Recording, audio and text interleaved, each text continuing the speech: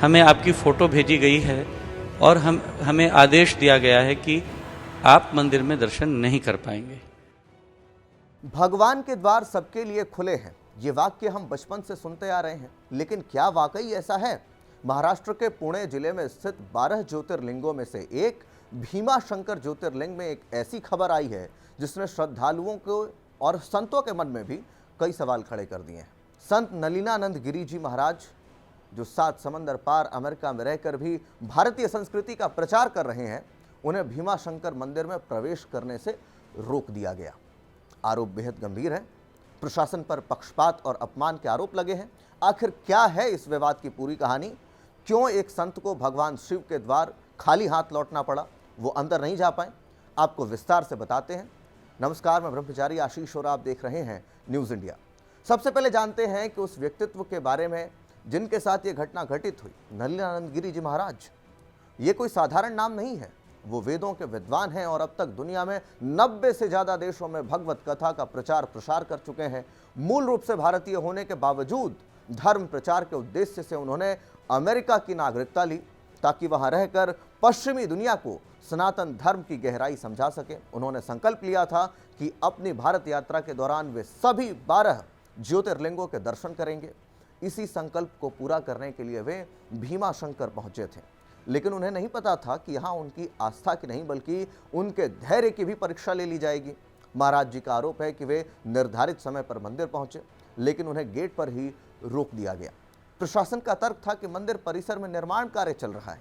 यहाँ गौर करने वाली बात यह है कि भीमा शंकर मंदिर को 9 जनवरी 2026 को जीर्णोद्धार और निर्माण के लिए 3 महीने के लिए बंद किया गया था, लेकिन 3 महीने बीत जाने के बाद भी इसे आम जनता के लिए पूरी तरह नहीं खोला गया।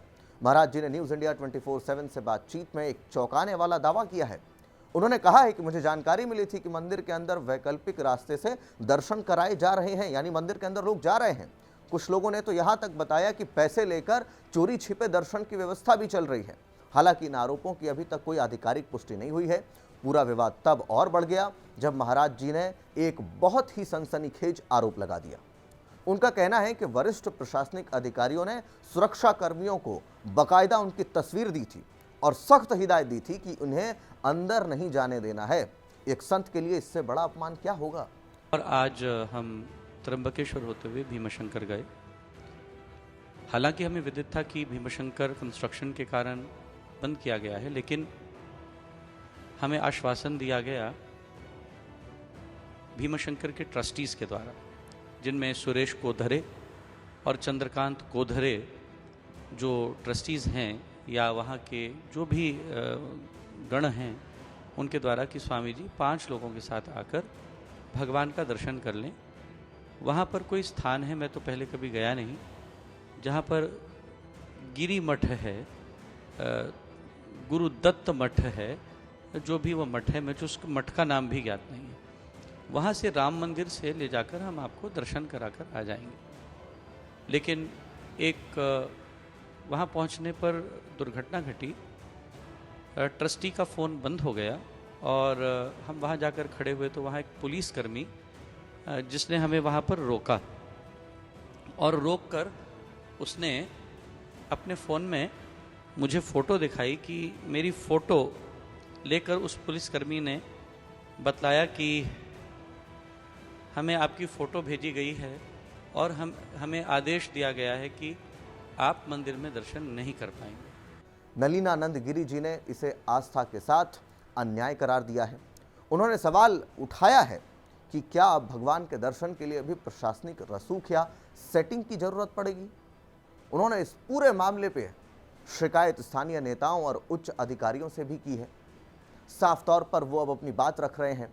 ये सवाल उठता है कि अगर मंदिर 3 महीने के लिए बंद था और फिर उसके बाद वहाँ पर जो समय सीमा पूरी हो चुकी थी, तो फिर निर्माण कार्य में इतनी देरी क्यों हो रही है? क्यों नहीं खोला गया मंदिर? और अगर निर्माण कार्य के बावजूद दर्शन हो रहे थे तो एक अंतर्राष्ट्रीय स्तर के संत को आखिर क्यों रोक दिया गया? क्या यह महाराज जी की विदेशी नागरिकता की वजह से हुआ या फिर इसके पीछे कोई व्यक्तिगत रंजिश या प्रशासनिक अहंकार था? फिलहाल प्रशासन की ओर से कोई जवाब तो नहीं आया है, लेकिन यह चुप्पी कई संदेह भी धीरे धीरे पैदा कर रही है, क्योंकि चुप्पी कहीं ना कहीं दिखाती है कि कुछ गड़बड़ तो है। भारत के संविधान और सनातन परंपरा दोनों में ही धार्मिक स्थलों पर सभी भक्तों को समान अधिकार दिए गए हैं। भीमा शंकर की यह घटना पारदर्शिता और प्रबंधन पर भी एक काला धब्बा है। अगर एक प्रसिद्ध संत को दर्शन के लिए दर दर भटकना पड़ रहा है तो सोचिए एक आम नागरिक की क्या हैसियत होगी। नलिंदानंद गिरी महाराज का अपमान सिर्फ एक व्यक्ति का अपमान नहीं बल्कि उन करोड़ों लोगों की आस्था का अपमान है जो दूर दराज से अपनी श्रद्धा लेकर इन पवित्र धर्मों में आते हैं, धामों पर आते हैं, वहां पर विजिट करते हैं। हम उम्मीद करते हैं कि प्रशासन इस मामले पर सफाई देगा और भविष्य में किसी भी श्रद्धालु के साथ ऐसा दुर्व्यवहार नहीं होगा। इस पूरी घटना पर आपकी क्या राय है? क्या आपको लगता है कि मंदिर में वीआईपी कल्चर या प्रशासनिक दखलंदाजी बढ़ती जा रही है? आपकी जो भी राय है हमें कमेंट बॉक्स में जरूर बताएं। तब तक के लिए दीजिए इजाजत। धन्यवाद।